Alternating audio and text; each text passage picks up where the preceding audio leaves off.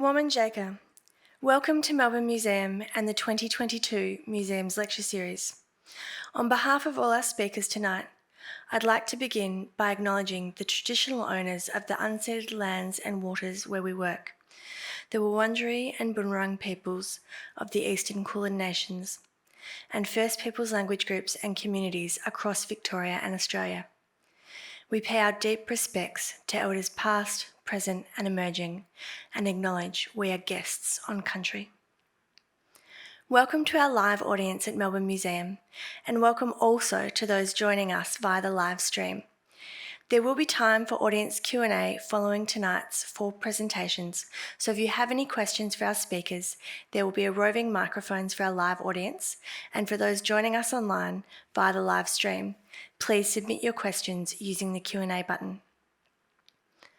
I'm Michelle Stevenson, Head of History and Technology in the Museums Victoria Research Institute here at Museums Victoria, and I'm delighted to be hosting this evening's lecture, Working Lives, Stories from the Collection. The Museum Lecture Series seeks to connect the public with the important and wide-ranging research work of museum staff and collaborating researchers. The lectures also showcase our collections, which in turn inspire and facilitate inquiry into some of our region's key contemporary and historical questions, and also highlight our collaborative partnerships.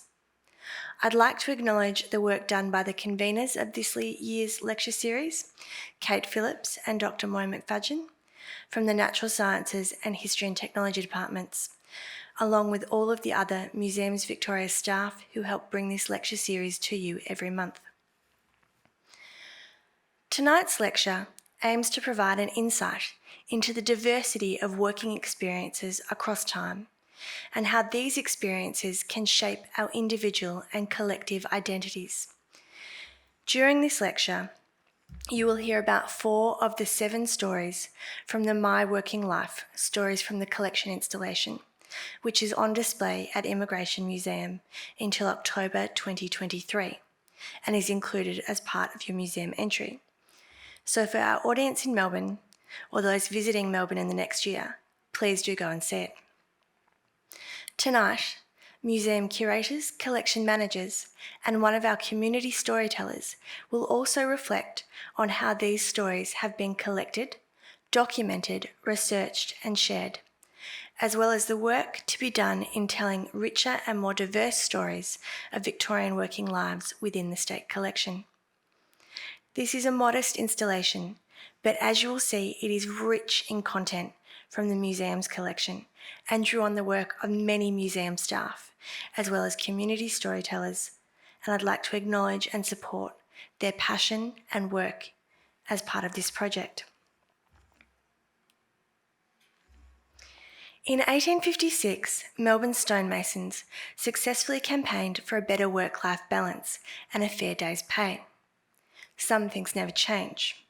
However, the way we think about work continues to evolve, and the results of the 2021 census have just been released, and they provide a fascinating snapshot of some of the trends and potential future trends relating to work in Australia, and get us starting to think about how these might impact our identity. These include things such as the rise of the gig economy, working from home and hybrid work, and the continued growth of the service industry, with the top 3 jobs being sales assistants, registered nurses, and general clerks. While the census also highlighted the decline of certain industries and jobs such as agriculture, manufacturing, and typists, alongside the casualisation of the workforce and the impact of globalisation, migration, and changing demographics. Your state collection documents some of these trends, as well as other issues such as the slowly increasing recognition of unpaid work, changes in health and safety, and the impact of technology on work. However, in other areas, the collection has a long way to go in representing the complexity of working life across time. And we're excited by the opportunity this display and lecture create to look at gaps in the collection and areas for further collecting and research. The stories you will hear tonight and those on display seek to reveal how the answers to the common question, what do you do, are never simple. Work is about more than being a farmer, a snake dancer, a process worker, a fashion designer, home worker, or lawyer. Work can shape and share ideas of community, gender, memory, creativity, sexuality, activism, ethnicity, and our sense of individual and collective value. Work can also act as a thread that connects us to people, places, and other times. For some, work extends the way we see ourselves. It creates spaces for us to be ourselves and provides platforms for us to advocate for issues that are important to us. For others, work is simply something that we have to do, to pay bills, to put food on the table, or to provide care for family and ourselves. Work can also be what we cannot do, or what we can no longer do, and you'll hear a story about that tonight. Our speakers tonight will share how work can be all of these things and more, alongside examining broader themes about Victorian working lives over time. It is now my pleasure to introduce our first speaker for this evening, Deborah Tout-Smith, Senior Curator, Home and Community at Museums Victoria. Deborah curates Museum Victoria's Home and Community and Military History collections and co-curates the Clothing and Textiles and Childhood collections. She's curated major exhibitions including World War I, Love and Sorrow, and is a member of the ICOM Executive Board and holds a Master of Arts degree in Public History from Monash University. Thank you. Thank you very much. And good evening, everyone here in the lecture theatre and also watching from home or elsewhere.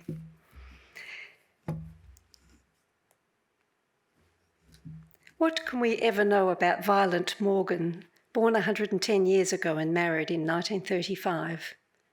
Why does Vi matter to us, and how does she stand as an emblem for working lives long forgotten and stories never told? Vi Morgan came to the attention of Museums Victoria in the late 1980s when a new museum site was under construction at South Bank. The museum instigated a project to document the local community south of the Yarra River and develop links to that community. The area was described as South Melbourne, but it also took in suburbs including Albert Park and Port Melbourne, areas which were long economically depressed, but by the 1980s had just started on the road to gentrification. So the South Melbourne Oral History Project was funded by the Victorian Women's Trust, and it resulted in interviews with 21 women, 2 men and a couple. And many, if not all of them, were long-term residents, and many were, like Vi, were quite elderly, so they had a real longevity of their perspective and experience. So this project was a product of its time. The person who interviewed Vi Morgan in 1989 was especially focused on Vi's work in the home, part of a growing recognition of women's unpaid domestic labour. And the interview was particularly focused on her laundering practices, which is, anyway, as you'll see, a challenge. But Vi's life was much more than work in the home. She was a professional dressmaker and very proud of it. And sometimes you can hear her puzzlement at the interviewer's fascination with washing tubs, coppers and various brands of soap.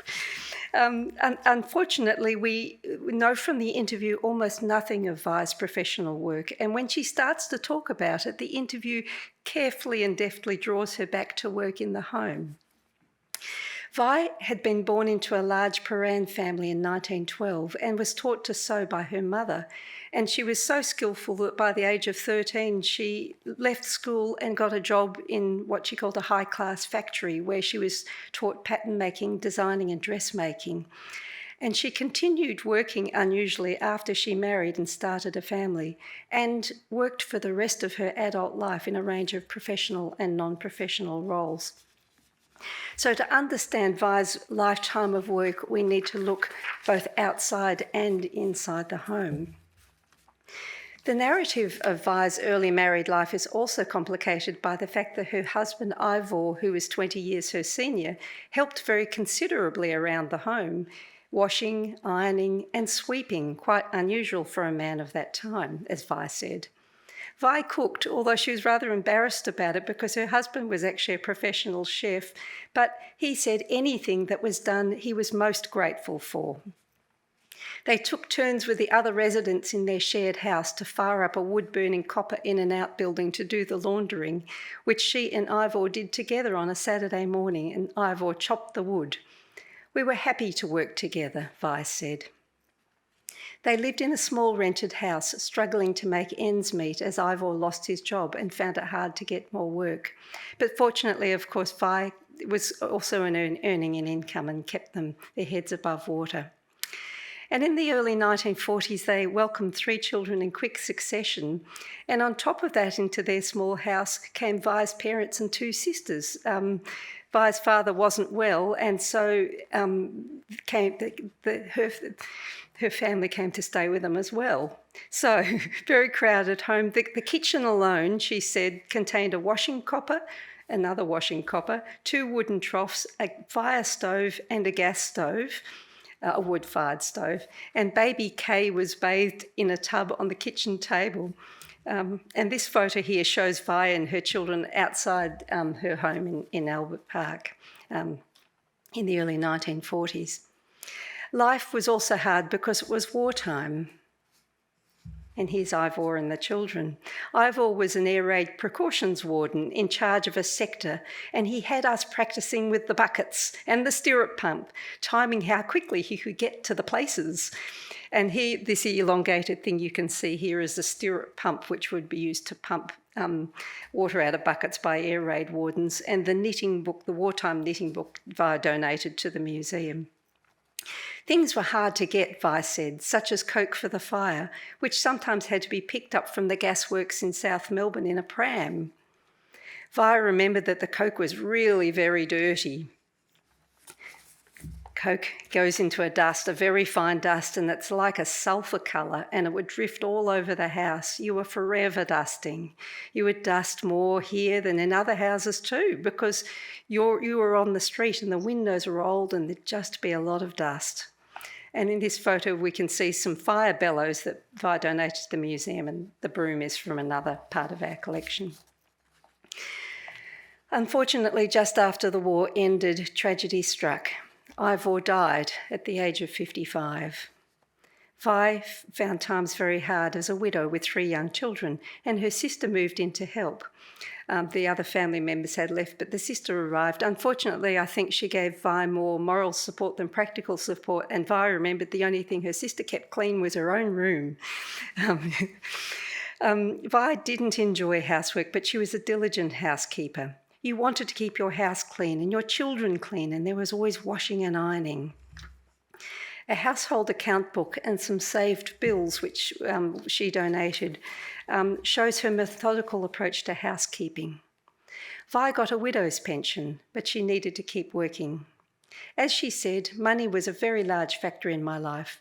I would be the one who was the worst off. Vi worked and worked day and night, recalling that she would be very tired, and so tired that at one stage I went to the doctor.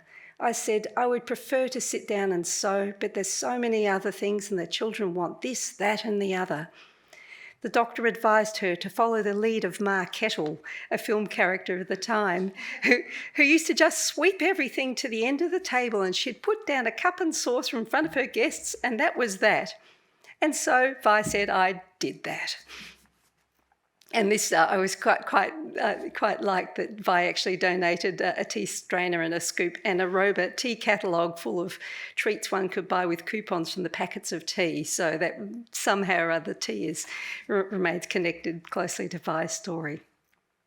Unfortunately, at this stage of the interviewer still resists asking Vi much about her profession and experience of paid work. Vi tells us that she continued to be a keen and skilled sewer, and made clothing for herself and her family. She had a treadle machine, which later had a motor attachment. She also made clothing for neighbours' children for little or no money. She just loved doing it, she said. And the bonnet shown here is one of 2 she made and donated. But she especially liked to make glamorous evening wear. The quality of her garments was high. Once she went to the pensions department, as she called it, to discuss her widow's pension, wearing a new suit she had just made. The officer leafed through her file, making her feel like a criminal, Vi said, and then he commented on her fine suit. Vi said, "Well, I made it." He said, "You couldn't have." Vi said, "Well, I did. That's my trade and I am a professional." He then asked Vi about her fashionable hat. Vi said, "Well, there's a shop in the city where you buy the hat shapes and then you buy the trimming." Vi was so persuasive that when it came time to leave, the officer personally escorted her to the lift. Vi said, "What I said under my breath is not worth repeating." In a broader sense too, Vi's life reminds us of the need to look at the wider contexts of people's lives, and not even when work can seem all-encompassing. As the interviewer admitted, "You're not what I expected, you're better," which I suppose I take to mean that Vi was more interesting than the interviewer had anticipated, or something else. Because Vi's life wasn't all about work. As a young woman, she played competitive tennis and swam, and particularly enjoyed dancing. I used to dance 3 or 4 times a week at least: ballroom dancing, modern dancing, old-time dancing. I went by myself. Girls used to go by themselves and used to stand round like wallflowers, and the boys used to line across the room and you'd stand hoping someone would ask you for a dance. But as I was a good dancer, I had a good time. Vi donated this little program there on the left-hand side from a 1934 dance at Brunswick Town Hall, and I've actually found a photograph of a dance around the same period from the State Library collection at the Brunswick Town Hall. During this same time, Vi also used these rather glamorous pattern books to follow the latest trends in the clothes she made for herself. Vi also treated herself to a ticket to the Australian Ballet once a year, and the family had country holidays at her parents' house in Moya in the 1940s, so she briefly escaped the drudgery of city life. In later life, Vi attended South Melbourne Tech each week for many years, going to book discussions and that sort of thing. She loved reading and preferred reading to watching television, and she particularly enjoyed being part of the South Melbourne community and treasured the support of the community in her difficult times. Now, of all of Vi's long, interesting and rich life, a life of hard work, what we now have of her is the interview and nearly 100 items from her home, including knitting patterns and 4 items of handmade clothing, 2 babies' bonnets, a dress and a jacket. We don't know how this selection was made to donate to the museum, if it was Vi herself, and why there's such a strong focus on published pattern books and pattern leaflets, nearly 65 of them, well over half of the collection. And for such a creative person, it seems a shame that most of the items that were donated in her name were made by commercial companies, not by Vi herself. I suppose I have to be pleased the collection doesn't include a multitude of laundering tools. Only 4 photos were donated, and I've shared them in this presentation. Few items in the collection recall her profession as a pattern maker, but this is striking. A brown paper block pattern, which Vi made about 1936, carefully cut out and marked with chalk. She used the same pattern for over half a century, until 1990, altering it over the years to accommodate changes of fashion and size. She donated an evening dress made from the pattern in 1936. I had a look at it today, and you can see the seam lines following those drawings on those on the block pattern. And she also made this pea green velveteen dress, which she used to wear to dances. And I'm afraid the photo doesn't do it justice. It's beautiful. So, although we know a little about Vi Morgan, what we do know shows that she matters. She matters because she was a woman whose work within the home was for so long invisible. In some senses, she is emblematic of the increasing visibility of everyday women in the historical record, especially in recent decades. She matters because she also had a professional life of which she was justifiably proud, even when the circumstances meant that she had to take work unrelated to her profession. She continued to practice her skills by making beautifully constructed clothes. Finally, Vi reminds us of the importance of letting people tell their own stories in their own ways. And of not asking too many questions about laundering. And I'll give the final words to Vi. Thank you.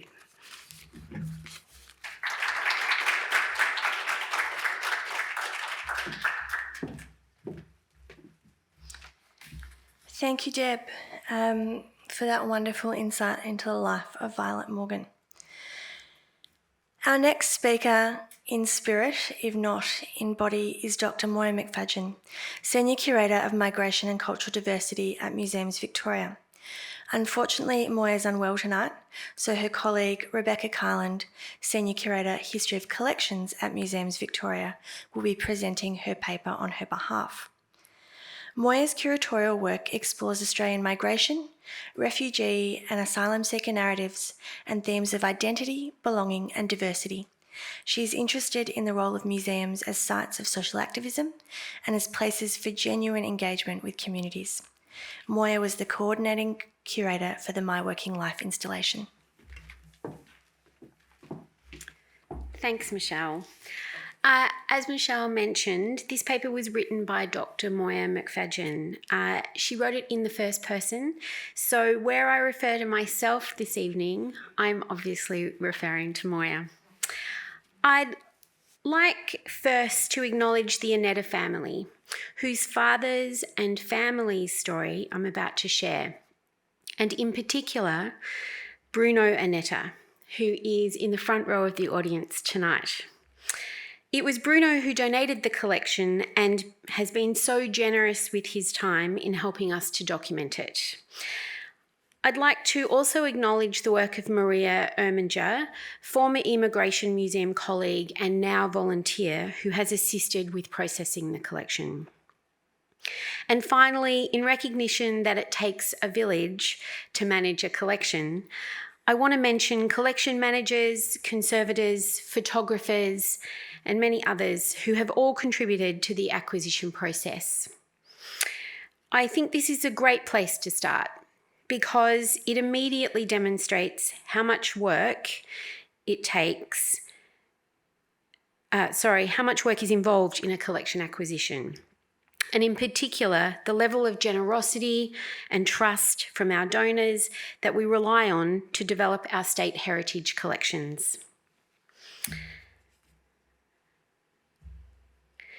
Bruno first contacted the museum over 2 years ago, but our collaboration was disrupted severely by the COVID lockdowns, making processing objects, indeed even being on site at the museum, impossible. Sadly, Bruno's father, the man at the centre of this story, passed away before I was able to meet him and hear his story in person. But Bruno had recorded his father and cared for the objects, and we were finally able to proceed last year, although disrupted yet again by another lockdown. Maria then came on board to work on the collection, which had expanded to include the models and family photographs. And after the process of acquisition committee approvals, conservation assessments, database documentation, and final deed of donation signed, the Annetta collection was finally and officially transferred to the museum in June 2022. This long process was absolutely worth it. And the museum now has a collection of 6 beautiful agricultural models, as well as a model wine barrel, a ship, shepherd's flute, and toy spinning top, and 29 photographs tracing the story of a family living in Calabria, migrating to Australia in 1960 and building a life here. Finally, we have a digital file of the interviews Bruno conducted with Domenico over the years 2009 to 2020. But this collection explores some interesting and perhaps unexpected themes and demonstrates the value of material culture in making tangible and lasting connections. Firstly, I'll provide a brief overview of Domenico's story, which has been developed in consultation with his son Bruno and authorised by the entire family. Domenico Annetta was born in 1929 in Sant'Angelo, a small village in Calabria, Italy. He was a subsistence farmer who worked on land inherited from his father. The family lived in a modest farmhouse, typical of the era and the region. In 1959, he married Domenica Arena, and they had 3 children, Lucia, Antonio, and Bruno. And at a time when Italy was experiencing mass immigration due to the Europe-wide poverty caused by the devastation of World War II. Domenico and Domenica yearned for a better life for themselves and their children. Domenico's brother Giuseppe was already established here in Australia, having migrated in 1951, and lived in Port Melbourne, where he owned and operated a bakery and a delicatessen. In 1960, they made the decision so many from southern Italy made, to follow Domenico's brother and migrate to Australia. They travelled in a small 6-seater Fiat, everyone squashed in with the luggage through steep mountainous terrain in order to reach the port to catch the ferry to Messina in Italy.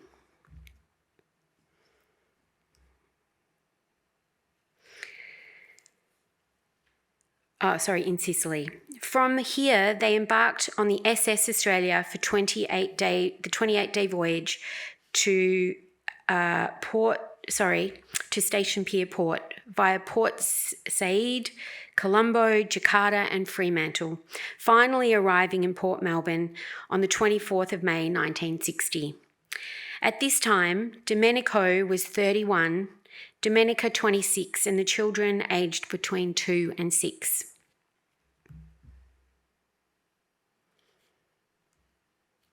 The family first lived in his brother's house in Port Melbourne, and Domenico worked delivering bread for his brother's bakery for the next 10 years or so. Around 1963, they purchased their first home in Brunswick, and 3 years later, a larger property in Reservoir, where the couple lived for the rest of their lives. In 1970, he got a job on the assembly line at the Ford Motor Company, where he worked for the next 20 years. Domenico and Domenica continued to maintain their connection to the land through their large and productive vegetable garden. Domenica passed away in 2001 and Domenico in 2020, neither having returned to Italy. This is not an unusual migration and settlement narrative. Indeed, a common one for the many people who migrated to Australia after World War II. From my experience of developing the stories of migration to Victoria over the past 25 years, people frequently keep their identity documents, processing forms, shipboard menus and souvenirs, their luggage, and many of the domestic and work-related items they brought with them. They bring crafts made from the skill of their hands and cultural items that retain connections to homeland. And upon resettling, they evolve their professions, culinary traditions and cultural and community lives realised through material culture.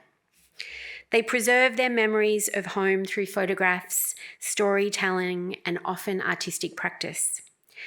What is so special with this story and collection is how Domenico chose to make tangible his former life as a farmer. Between 1990 and 1994, when he was in his early 60s, Domenico started making beautiful models which represented the traditional agricultural practices of his homeland. He wanted to document and demonstrate his former working life in a tangible form for his children and grandchildren. Not only do these models capture life in rural Italy during the 1940s and 50s, they also give materiality to the migrant memories and experiences in a form that can be visualised in 3 dimensions. Bruno, Domenico's son, and the donor of the collection, reflects, "My father made these models as a loving, lasting gift. He wanted to show his children that he had skills and knowledge as a farmer in his hometown in Italy, where he had also been a respected community leader. He wanted us to be proud of him and of our heritage. He also longed for that life, which I feel is represented in these models. Domenico handcrafted miniature farming machinery models. He made the models from wood, leather, tin and wire and other found materials, hand-making the cows and horses from balsa timber. The cart and plough wheels even turn, and he repurposed toy figures to act as cart drivers. This activity also demonstrates Domenico's previously hidden creativity and fine hand skills. He also created a miniature wine barrel like that the family used in Calabria for homebrew. He made a shepherd's flute and toy and a toy spinning top, familiar objects from home. And he made a ship model, clearly symbolising, not literally, the ship they travelled on, named Australia. Post-World War II migrants from the UK and Europe hold their voyage memories close, many of which, although of course not all, were happy memories of adventure and hope. Here Domenico represented this experience in 3 dimensions. This conscious act of remembering and memorialising shows how deeply entwined Domenico's former life was with his personal and cultural identity. The models are a poignant expression of the working lives that migrants often leave behind. And in Domenico's case, which could not be transported and transplanted to his new home, and which he maintained some connection to through his large vegetable gardens. He had been an outdoors man, a cultivator of wheat, figs and olive trees, as well as growing vegetables and fruit trees and making wine, bread and cheese even on a smaller scale for family use. He came to Australia, like so many, to reinvent himself as a working person, first delivering bread, then as a factory worker. That can't have been easy. The act of making the models must have been emotional, cathartic, bringing back floods of memories of work, place, sights, sounds and smells. To further preserve these memories and the family migration story, his son Bruno documented his father's story through recorded interviews. He also took photos of his father making the models, which provide an invaluable record of the process of these models being made and the locations in which they were created. In other words, the importance of these objects is not just reflected in the finished product, but in how they were created, the work shed they evolved from, and the pleasure Domenico clearly had in the process of creating them. The models come to life, and the intimacy of the personal touch of the maker is writ large when bringing the models and these images together. The image of Domenico making the bullocks on the hay wagon also show the colour of the hay when it was first made. You can see the green which has faded with age to the yellowy colour we have now. It is not often that we get this opportunity to supplement objects recording the production process made by people well before the actual offer to the museum. Clearly, for people who have lived through the migration experience, their working lives can be adapted, thwarted, reinvented or enhanced. In the case of Domenico Annetta, his working life was one of reinvention, of evolution from traditional job to transitional job to forever job. There was likely sacrifice and making do, as well as satisfaction. But the working identity that he could not practically transpose from rural Sardinia to inner suburban Melbourne he breathed back to life through his skillful model making, and to a small extent, through tending his vegetable garden. He produced objects to provide a window into his former life for his children, and now a lasting legacy for the education and enjoyment of Victorians into perpetuity. Domenico knew about the museum acquiring his models before he died. I wish he could have seen how far his story has come now in the public domain. My impression from his son Bruno is that he would have been extremely proud. Thank you.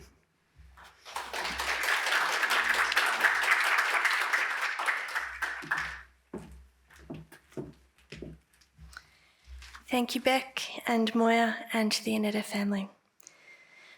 I'd now like to introduce Lorenzo Iozzi, Senior Collection Manager of Images at Museums Victoria. Lorenzo is interested in the way images shape our understanding of the world, particularly through photographic image and motion film. He studied fine art at RMIT and has a postgraduate certificate in art conservation from the University of Melbourne. He continues a practical interest in fine art through still life and landscape painting. He grew up in Collingwood and has a special interest in the industrial and migrant life of that suburb, especially in the post-World War II period. Good evening, everybody. The exhibition My Working Life includes a projection of images and motion film from the History and Technology collection at Museums Victoria. In talking about the projection component, I'd like to give you an idea of how images, particularly work-related images, come into the museum's collection, how we went about selecting a discrete number of photographs for the exhibition from this broader collection, the significance of the photographs chosen, and the different ways that images can be interpreted. Just a note before we start that one of the images which I will show in this presentation may contain sensitive content for some people. It's a photo of firefighters during the Black Saturday bushfires. I'll indicate when we approach that image. Photographs come to the museum in many ways and in various formats. They have been doing so since the museum opened its doors in 1854. For example, Sunshine Harvester, which produced agricultural machinery, passed on its entire archive of approximately 50,000 photographs to the museum in 1992. It grew from a one-man operation to be the largest manufacturing plant in Australia at its peak. The International Harvester collection at the museum comprises a similar number of photographs. Other large collections created by the companies themselves and now housed at the museum include the Kodak Heritage Collection and the State Electricity Commission of Victoria collection, just to name two. Some workplace photographic collections come to the museum from much smaller companies and from family businesses such as Heckler Electrics and the family business of Adolf Brunn and Son woodturners, which span 3 generations from the 1880s. So how did we come to select 50 photographs, the number in the projection, from such a vast collection? When we mention Sunshine Harvester, Kodak, or International Harvester, our first thought is of a building, a factory, or a product. But behind big companies, behind each workplace, are people. My Working Life takes the focus away from the company. It's all about the person. The best way of doing this, we thought, was to select images which were like a portrait of the worker.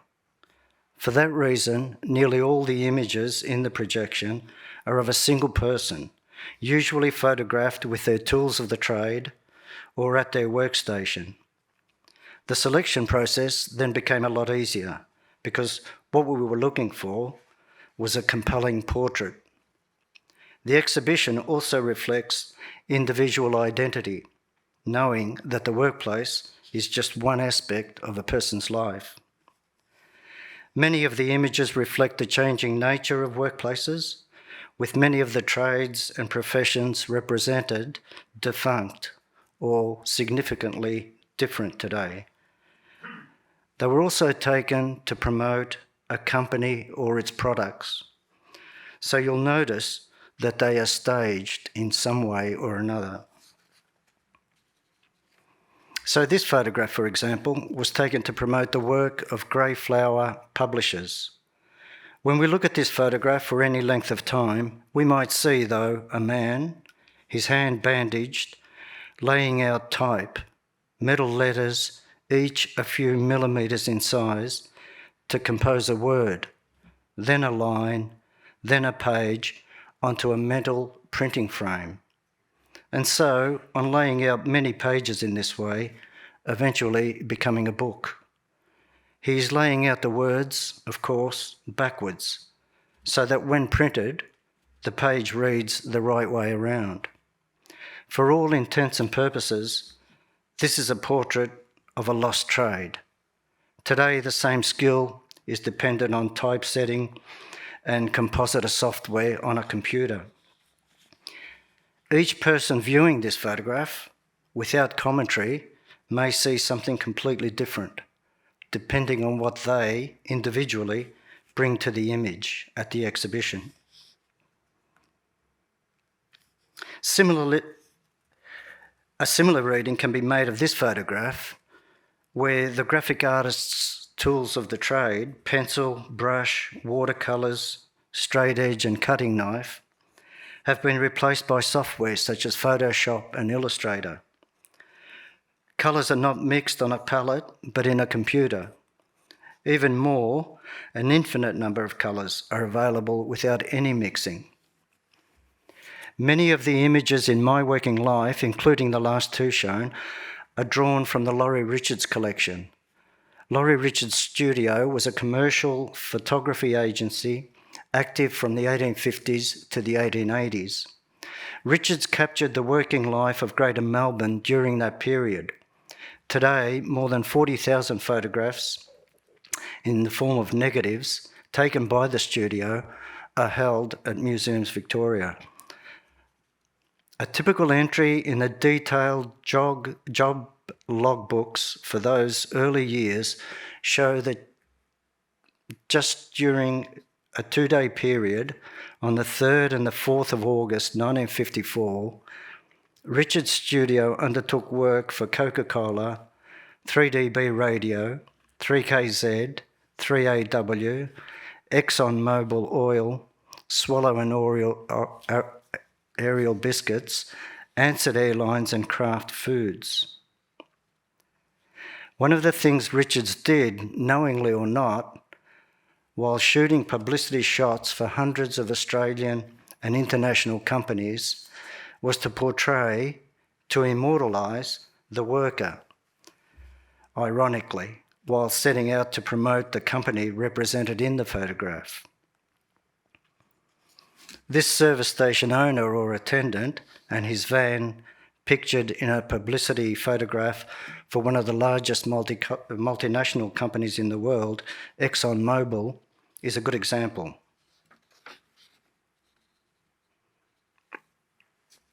Photographs often come to the museum from individuals who see the historic importance behind preserving a single image or a handful of images. Some of us may remember what work these two employees carried out by identifying the bag worn by one of them. But future generations, viewing the image, may wonder what the exact nature of their work was. Some of the photographs collected depict work in the context of a broader collection of family photographs. In this instance, the photograph was collected as part of a migrant story, but the working life of this migrant, at least, was integral to that story. He stands proudly beside his cab. I'd now like to just highlight the film footage that's in the exhibition. There are 4 film segments in the exhibition, and I'll highlight 2 here. Motion film functions differently to the still photograph. Film tries to explain something about life. A photograph can't do this because it depicts a moment in time. It has different qualities from those of a film. The film clip we'll look at now shows the workings of a fruit preserving factory, KY Cannery in Kyabram in the 1970s.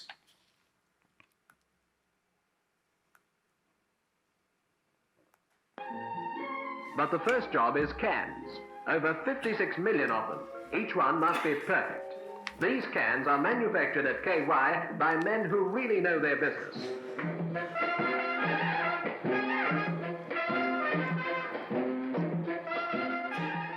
The flat pieces of tin plate used in making the actual body of the can are loaded into the machine, which will form them into cylinders at the rate of 7 per second, or some 24,000 per hour.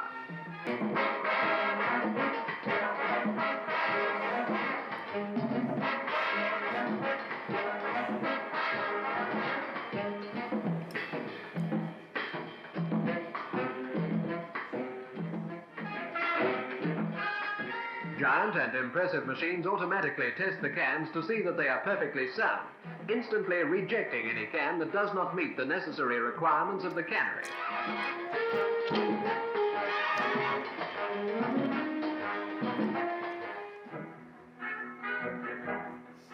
The larger features are sliced before canning, their quality being equal to that of halves, but with the additional advantage of greater economy in the number of serves.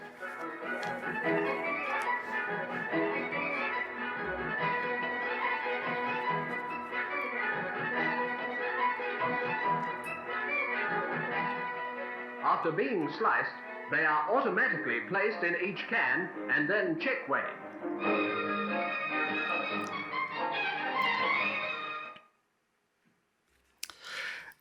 Two things stand out with this film: the sound and the narration within the film, especially at the start.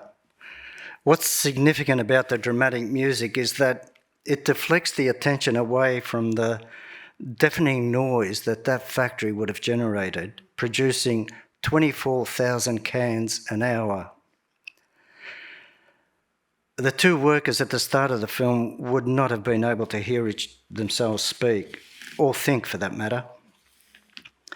The other interesting thing is that the original, which runs for about 7 minutes, in the narrative, it hardly mentions the people, the workers, at all. All the emphasis is on the wonder of the machinery, as though it has all but replaced the human element in importance. You might have picked that in one of the scenes, a worker melds so well with the machine that it appears that he's part of it. This film would have been used to depict and celebrate industrial efficiency. The next film was taken at Kodak Australasia's Coburg plant in 1964, a couple of years after the factory opened.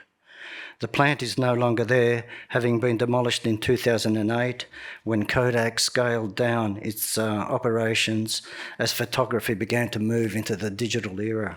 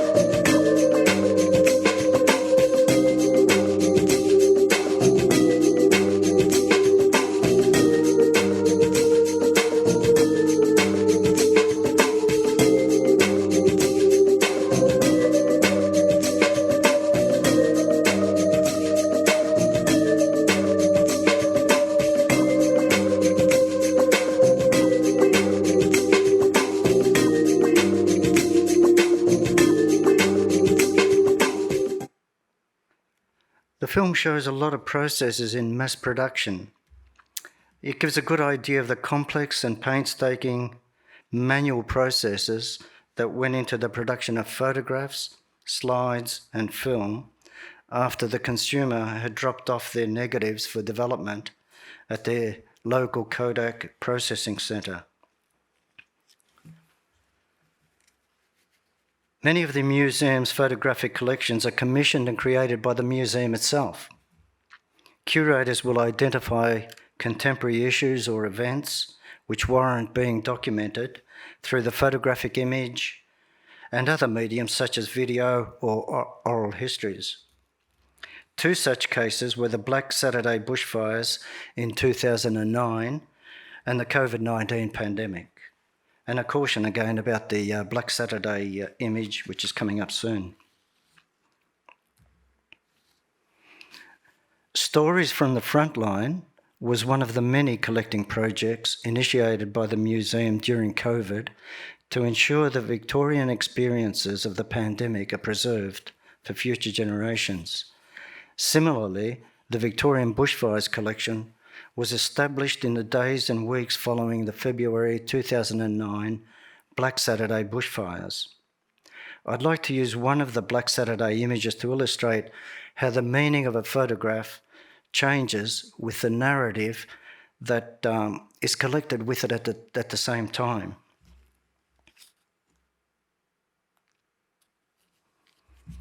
The photographer of this photograph, Trevor Boyd, describes how this image captures the instant that the fires became life-threatening and the firefighters had to take shelter in the nearby fire tanker truck. One of the firefighters has started running towards the truck. The firestorm went over the fire tanker, where Boyd, himself a CFA volunteer, and the crew stayed huddled in the rear until it was safe to exit. Had Trevor been in the cabin as the firestorm was passing over the truck, he says, he would have been a victim of the fire, not a survivor. The truck cabin, where he would normally have been sheltering, was severely damaged during the firestorm. So here is an instant where what is not in the frame is all important in reading the photograph. It influences how we look at the image, making it, in this instant, more poignant. I'd like to conclude by saying that the photograph is a powerful medium that helps us understand the world, giving it meaning. That's why Museums Victoria has been collecting and preserving photographs since its inception. In this case, it has used the photograph to give us a better understanding of work and how we identify with it. Thank you.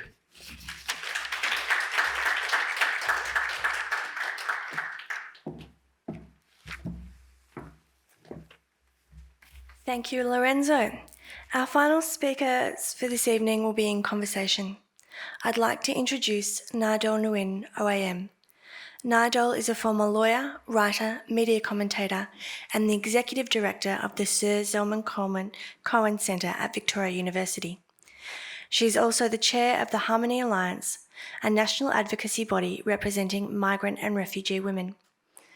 Nyadol's work centres on legal reform, human rights, and the rights of people with refugee experiences and those seeking asylum. This conversation was to have been between Nyadol and Moya, who worked together to document Nyadol's story for the state collection and this installation. However, as Moya is unwell, I'll be presenting the question she's prepared.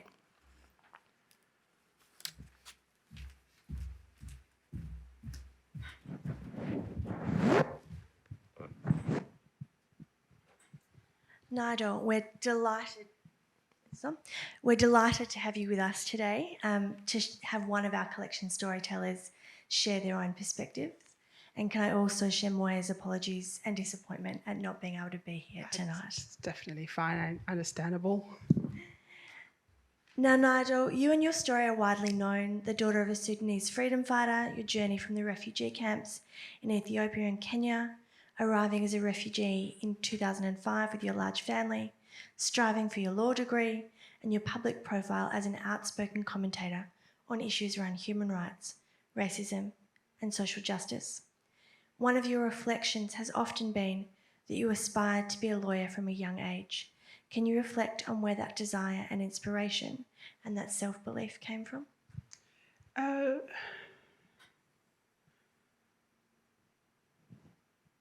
I'm just wondering where to start, because I initially thought that I wanted to be a lawyer because, being raised in a refugee camp, the chaos of war and displacement, I think, generally predispose you to wanting order, and law seems like a way of achieving order.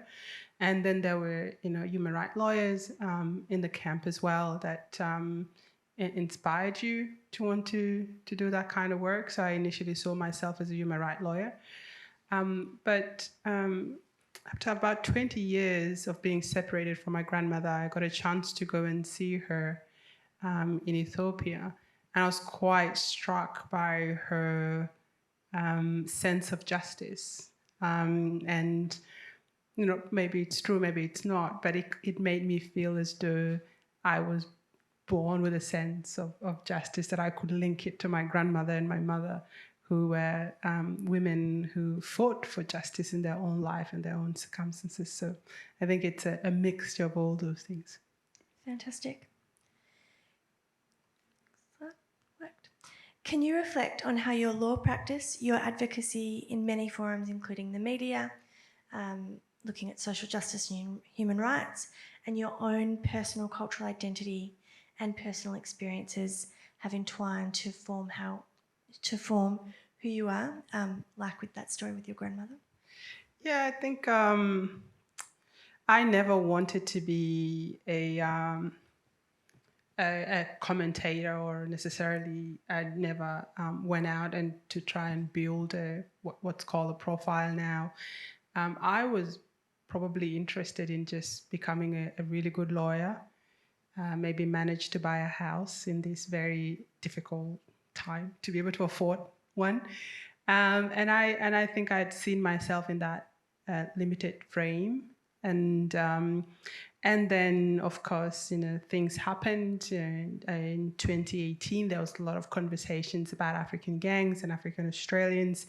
But these kind of conversations were already happening before 2018. This idea that people like us were probably the wrong kind of people to come to Australia, that we were gangs members, that we weren't integrating, and it was just such a predominantly negative story. And I think it was during that time that I felt compelled to tell other stories, to tell the stories of the majority of African Australians that were just like every wave of migrants who come to this country, trying their best, making sure that the next generation is set up, really, really making huge sacrifices, especially the parents, and then a new generation that emerges and struggle with their sense of place and their sense of identity and their sense of Australianness. Like all these stories were to me important stories to be told, and I think that's how the sort of the public speaking and the writing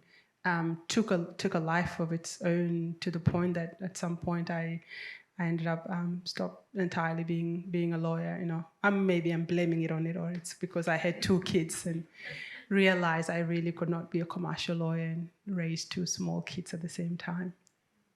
And do you think your law practice kind of helped with that advocacy and public speaking and things like that as well? Absolutely, absolutely. I think it's strange how things seems to work out, or maybe we give them meaning when they work out. But I can see how useful it was to be trained as a lawyer, to have gone through law school, to learn how to be really analytical, understand what the other person's argument is, and be able to present a strong case for both opinions. And to be able to communicate well enough. So I thought that kind of training has really set me off not only for the writing that has nothing to do with law, but also, the speaking, public speaking aspect of it and advocacy aspects of it. I think it's made me a better communicator and probably, hopefully, a better thinker. I think it's been critical, really, in shaping the kind of advocacy work or the kind of writing I do. Now, let's talk about your collaboration with the museum to acquire objects, documents and images in order to tell your very multifaceted story in a material way for posterity. Your conversation with Moya began with the possible donation of your original speech notes from your 2021 National Press Club speech, but it's evolved into so much more than that. Can you tell me what you thought when Moya first approached you about donating some items to the museum? Yeah, I think it was I've forgotten her name, but she's at the Immigration Museum who suggested the idea of the speech being donated, and I actually thought I had not given a good speech at all, so I thought, okay, if you want it, definitely, it's here, but it was I think. I have to say, I think most of my life still feels a little bit unreal. I was a 14-year-old kid in a refugee camp and say I was going to be a lawyer one day. I didn't know how that's going to happen. And so a lot of the times when I experience things, there's just a part of me that feels a bit just unreal, that this would be the story now, and for it to take on its own significance. So it's kind of, whenever I get asked for things, I'm like, are you really sure you want my speech? Somebody else probably, and so maybe it's just the imposter syndrome. But yeah, it was a good thing that they kind of wanted a copy of the speech. Yeah. Now I know that Moya sent through some ideas for you to consider donating in addition to the speech, but you came up with material that Moya hadn't thought about, like your mum's receipts for loans needed to get you to Australia. Can you talk a little bit about why these were important to be represented in the collection? I think my mother, to me, is really the core of what a migrant story looked like. My mother did not necessarily want to come to Australia. She is a very industrious woman, and she could have survived in South Sudan. She understood the politics, she had the language, she had the connection, and she had the status. But it was obvious to her that as her kids, we needed more opportunities. And so she made the sacrifice to come to a new country and really give up much of who she was so that we can build a life. And, it's amazing that when we first came here, because we had been sponsored by a family member, not through the Australian government, we had to pay back the $10,000 that were paid for the tickets. And so, mom was entirely reliant on welfare as a new migrant. And, she would calculate how much money goes to repaying those tickets and making sure that we've paid our rent and that we had food. And, and it was finding all these meticulous records, And it's strange. I mean, it's not strange. Maybe it's just the arrogance of youth. I used to think my mother is a hoarder, and after going through all these things, and I was realizing how important they are, that she had kept all these things, that it was up to me, I would have probably thrown away, and it's that hindsight now, looking at how much stories is carried in these documents, how much dedication, how much stress too it must have been for her, to raise 7 kids here in Australia by herself, while trying to manage all these things, so it's good that she kept them. But I wanted those bits in the story because I think that's such an important part of telling the sacrifice that got me here, that got my siblings here, and that got all of us here. She certainly sounds like a remarkable woman and key part of, forming your identity.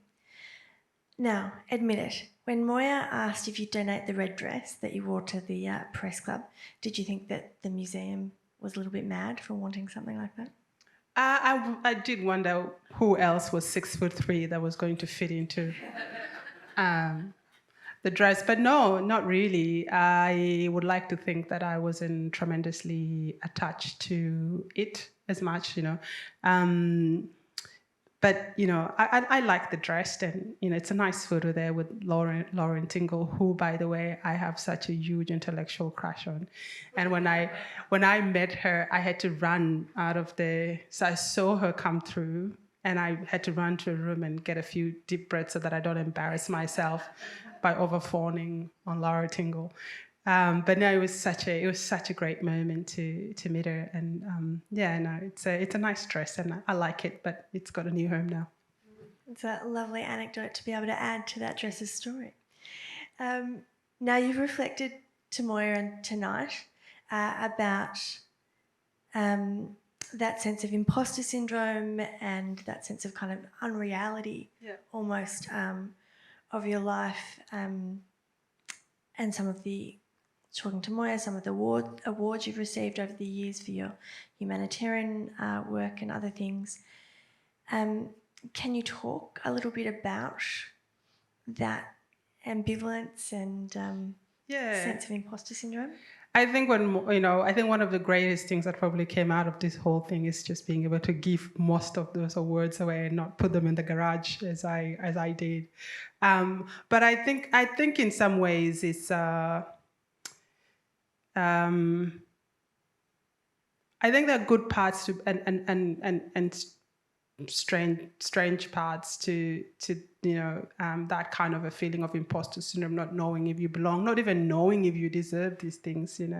I think some of it will always have to do with my own history, the fact that I was separated from my mother at a very young age. I was born and raised in refugee camps. There's still a lot of trauma that you visit, and a lot of trauma that damages your sense of self-worth and what you think you are deserving of.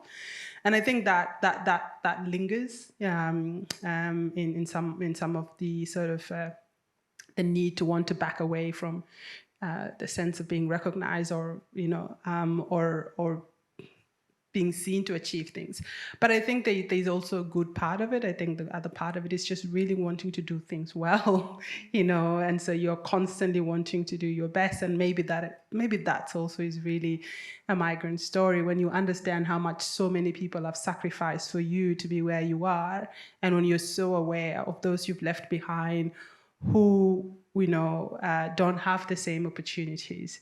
You are humbled by it, because you know that you are not the smartest nor the most hardworking, that there's a lot about your story that is about luck too. And I think that sort of feeling, that when you carry that with you, I think it reminds you not to so much focus on those achievements or the awards themselves, that they symbolize something, but they're not everything. Yeah, and I think that the third part is just it's just that I don't know so much about awards as things or recognitions as things. They're just weird stuff. Like, it's just I don't know about you guys. It's just you could always identify someone who is far more deserving of these things than probably the people who ends getting them. So I don't know, maybe that's my weird and mixed up relationship with that. But that said, I think there's a point of just also respecting those who think so of you, and to learn to accept that it comes from a place, for them at least, of a sense of things than anything else. So I'm not sure if that answered the question, but yeah. No, that's great. I think it's a very complex issue, and you articulated that beautifully. Final question. So your work and identity is obviously a work in progress. You've gone from lawyer to advocate, and you've now embarked on a new career as the Executive Director of the Zelman Cowan Centre at Vic University. How do you think your career and your identity might continue to evolve? I don't know. I genuinely, I don't know. I mean, I am, and I think I'm sort of glad not knowing, to some degree. I had always been the kind of person that thought, have a 5 years plan and a 15 years plan and a 25 years plan. And so I've been very lucky to have achieved some of the stuff that I wanted to do. I wanted to become a lawyer, and that happened. And really, I think that's as far as I'd gone in my head, was to become a lawyer. And I think what happened during COVID, when everything was shut down, was also how much I realized that I was living a life that had like I was pursuing an identity that was born from desperation. When you're refugee kids, you're like, I want to be everything I can achieve, and you come to this country and you just run and run and run and keep working. And I realized that in that all the running, I was probably going to collapse on my hips, completely exhausted. And it became a good time to reflect on the fact that I could stop, something that I don't think my mother has been able to do, because she's had to survive so much. We are the first generation in my family that can get to give up on survival as a form of identity, because we're not going to starve. There's food in the fridge. There's no bombs landing on your home. And I think it was sort of shifting that mentality and realizing that I am in a safe, or a predominantly safe and secure country, that I'm probably not going to starve to death, that I can begin to rest, and to find meaning and sense of self that was divorced from this need for survival. Because I think part of this identity of wanting to do stuff, it's very much survival. It's very embedded in survival, but survival is not the entirety of life. And it's sort of, for me, the realization is that has given me some ability to just say, I don't know, and I know that's an amazing luxury to have, to be able to say, I don't know what my next move are going to be, because somehow you think it's going to be okay, which is a radical shift for me from a time where it was not going to be okay if you didn't get out of that camp, So I think that's why I don't know, and that's why I'm happy not to know. But I will see what the future has to hold, and my kids definitely are keeping me on my toes. So whatever happens, I'll be busy. Thank you, Nyadol. Thank you so much for your openness in responding to those questions. I would now like to invite all our speakers back up on stage. We've got time for maybe... No. Now I'd like to invite Deb and Lorenzo back up on stage, because no Moya, for one or two very quick questions, and then we'll close.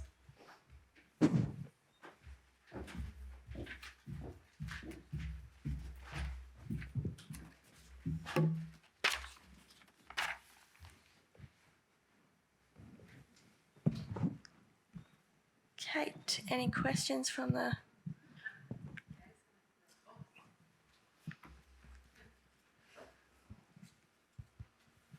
Yes, we do have a couple of questions from people online.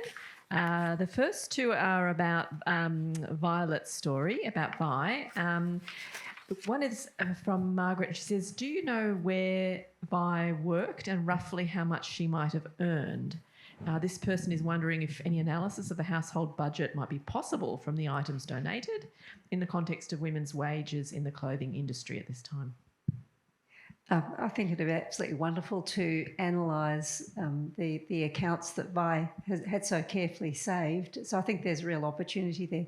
We do know some of the places that she worked, and there is quite a lot of detail that I've both gathered together from the collection that we have, and at some moments the interview did touch on a few of the places that she worked outside the home. So we have something of a chronology, but I suspect, given the nature of her work, often casual, often part-time, that there are a lot of places she worked that we wouldn't know. We do know she'd worked in a lot of local businesses. She was proud to have been one of the first checkout operators. I think that was early 1960s, it would have to have been. So we know she did a broad range of roles. and the accounts may reveal something, and her account book may reveal something of the income which she got. She would have documented that carefully. Fantastic. And a follow-up story. Are many other stories like Violet's in the museum's collections, and are we collecting contemporary stories of mothers? Yes, and yes. Certainly, just to take the example of the South Melbourne collection, which was such a rich source of its time, that Mrs. Aldred's collection is an even larger collection, but probably better known, documenting her life in the area. But I suppose for the last 30 or more years, we've documented particularly women's stories and the stories of people's experiences both in the home and in the workplace. There are a broad range of stories, particularly people from different communities. The work that Moya McFadzean's done, for instance, is a great example of a really rich range of stories of people from different cultural backgrounds and social and economic contexts as well. Contemporary collecting is an extremely important thing for us as well, and we really welcome opportunities to gather new stories. And certainly, we alluded to the pandemic experience from the presentation Beck gave on behalf of Moya, in terms of, and Lorenzo too, in terms of the pandemic and sort of documenting the lives of health workers, for instance, during that time. So that's continuing to document contemporary collecting. We also have a PhD student who's doing work on motherhood in the collections and has highlighted the opportunities, shall I put it that way, for further collections in that area. We have a question here for Nyadol.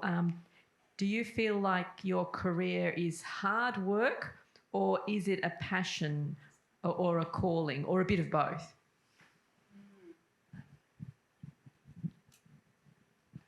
I found working as a commercial lawyer to be hard, but it was also quite fascinating for me because there were people whose life I could not relate to at all. So it felt a little bit like an escape. I would say the more advocacy work and the writing work can be both difficult and feel like a calling, definitely. Because as much as I say I don't want to do it, I haven't yet found a way of resisting it. Yes. One very quick one, and then I should stop asking these ones and hand it over to our live audience. A question for Lorenzo. What was your favourite image?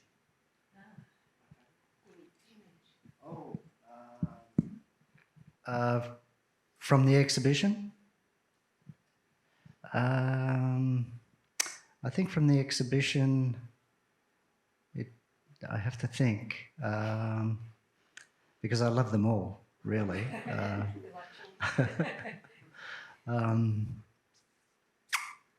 Look, I really love the photograph of the typesetter.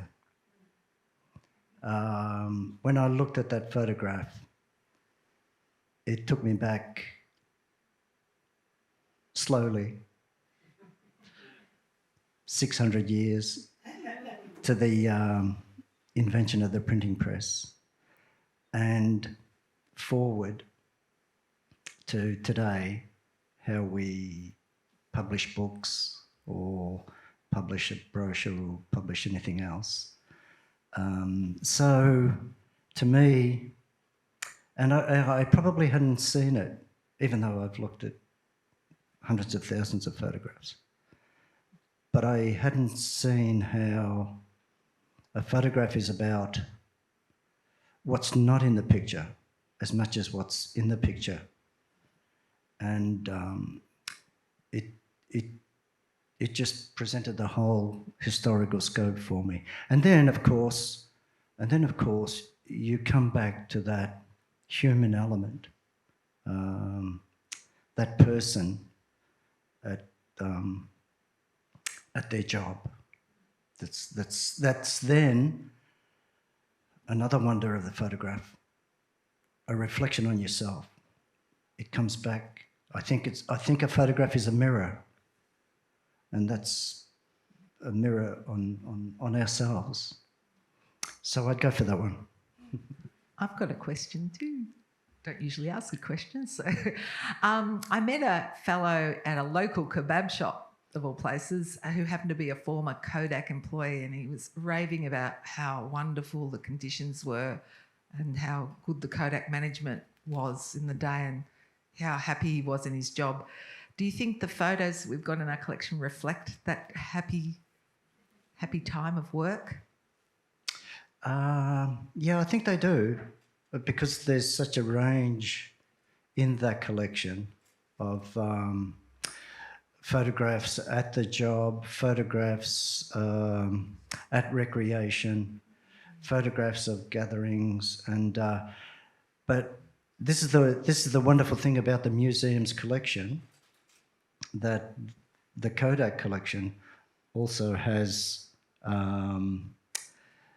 a wonderful oral history collection where the workers were interviewed, and they do confirm that, Kaz, that from what the curator Fiona has said and what I've heard of some of the interviews, yeah, that they were happy and that it was a good place to work. Thanks. I guess it's about the typesetter, but I think it's more generally a question about the curating. I was really interested that photo, the guy had a bandage on his hand, and I don't know whether they were using that as a publicity shot, but it seemed that's what stuck out for me of that photo. So I'm wondering about health and safety, and industrial accidents, and what part that forms in the exhibition about work. I guess it's for Moya, but she's not here. One of the things I just note before you respond, Lorenzo, is that the point that you made about the photos being posed was probably the critical one there. We do have other less posed work photos, but what survives through time, particularly the earlier photography, tends to be, I don't want to use the term idealised, but they're carefully constructed photographs that perhaps might not reflect some of the real and present dangers, and certainly don't capture things like you mentioned, the sound. Of course, that isn't captured, but occasionally we will see things like a factory. You'll see those large leather belts and workers working right near them. And when that photograph is taken, perhaps that danger wasn't perceived and we can see it with modern eyes. But it's very interesting to go back and reread those photographs. But they too often conceal what was really happening. Yeah, I think you've really covered it, Deb. I've wondered about that bandage, and I wonder whether it wasn't a personal protection equipment pressing down the type.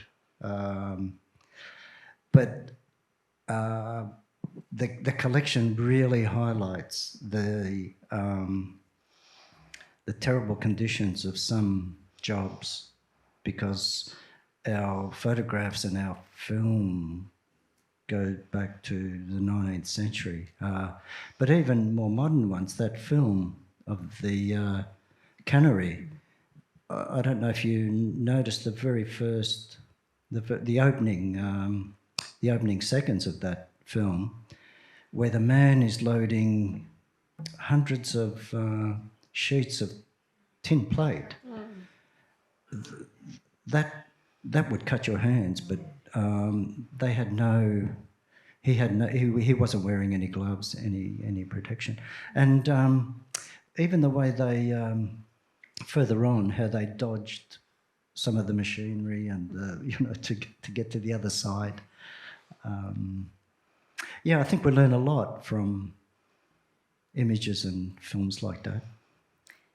And I think just before we move to probably our final question, there is a story in the exhibition that speaks specifically to health and safety. So it's a story from the Pigment Manufacturers of Australia plant, which was an incredibly hazardous workplace. So they manufactured paint and dyes, and that story is all about the kind of the health and safety equipment that they had to wear, so wearing overshoes that hard hats coloured in paint pigment, however you'd been working for the day and then you were going out dancing or partying afterwards, you'd have to spend several hours in the shower kind of literally scrubbing everything off, and the recognition that the workers had of the dangers involved in their work, but the kind of camaraderie and the workplace culture that kept them going despite those dangers. Kate, one final question, or are you ready to wrap? Okay, one final one. Running across. Thank you. This is really to all of the museum speakers. Are there any particular working life stories that aren't yet reflected in the collection, but which you'd like to find? And the person says, thank you for such a wonderful presentation and discussion. Well, gee, that's a very big question. Yes, I suppose give us an inch and we'll take a mile. There are so many stories that we would love to have in the collection. And I think the question about contemporary collecting was a very strong one. But also, I'm also very aware of the earlier stories, the voices that are now stilled, whose stories we missed. And whether or not there are opportunities within families, there are accounts, there are memories passed through, there are letters, diaries of those lost voices that we may also reclaim. And particularly, again, it tends to be people of, I suppose you could say, for want of a better term, communities less represented in 19th century Victoria and Australia. We'd love to see more of those stories in the collection. And we have another PhD student doing work on 19th century girlhood. And again, that's an area which we've discovered is a very, very under-documented area. Girls tend to be less heard, and teenage girls tend to be the most silenced, and they become more heard once they are married and having families of their own. But there is that time when there is a silence.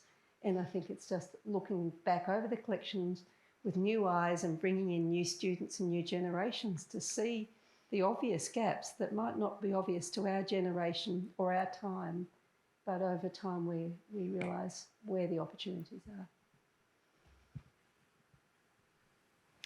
are. I mentioned that what guided us in selecting the photographs for the projection was that it would be a compelling portrait of the worker. But we also wanted to be as all-inclusive as we could. But what's so great about working on an exhibition like this is that it brings up holes in the collection. And I think some of the things that we identified was that a lot of the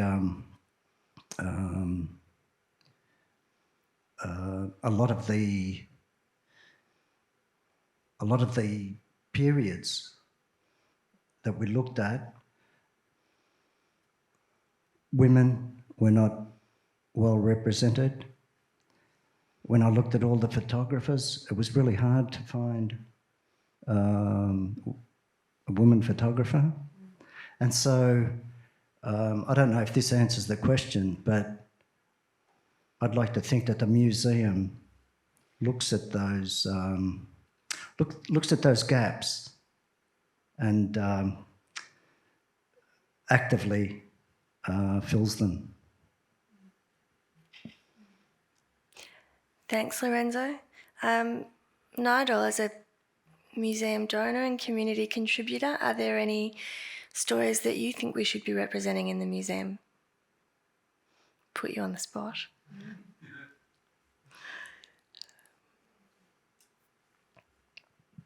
Don't know. I really don't. I don't know. I suppose they are, but I'll be making one up if I say anything. Thanks. All right, please join me in thanking all of tonight's speakers, Deborah Tout-Smith, Lorenzo Iozzi, Nyadol Nyuon, Rebecca Carland, and Dr. Moya McFadzean for all her work in preparing presentations and questions.